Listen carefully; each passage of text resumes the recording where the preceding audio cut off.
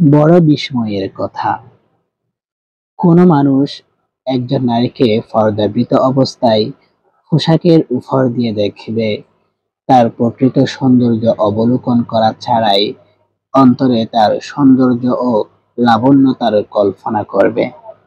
তাকে না দেখেই নিজের মন প্রাণ তার জন্য উৎসর্গ করবে, যা পৃথিবীর কেউ জানবে না।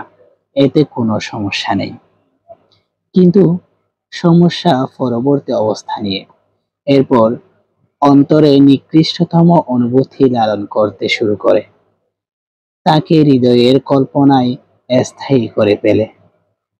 এ বিষয়ে কোনো ওয়াজ তার মধ্যে প্রভাব সৃষ্টি করতে পারে না, কোনো উপমা এর সর্বনাশা ফল থেকে তাকে মুক্ত করতে পারে না।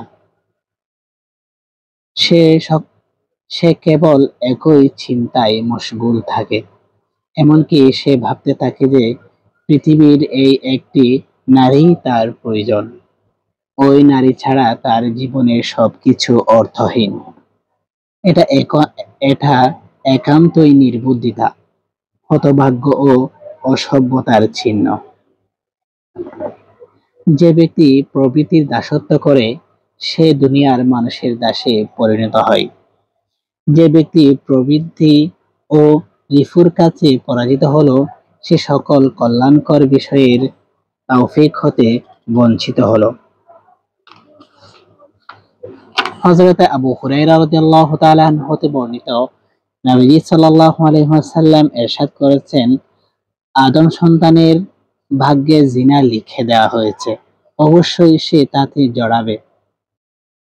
দুই চোখের জেনা হলো কুদৃষ্টি, দুই কানের জেনা হলো কুশ্রুতি, জিহ্বার জেনা হলো বাজে কথা বলা, হাতের জেনা হলো মন্দ জিনিস স্পর্শ করা, পায়ের জেনা হলো পাপের পথে চলা।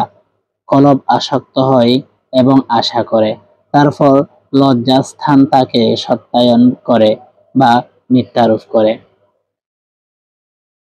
ইবনে বাত্তাল রাহমাতুল্লাহি আলাইহি বলেছেন, এগুলোর সবগুলোকেই জিনা বলার কারণ হলো এগুলো জিনার ভূমিকা।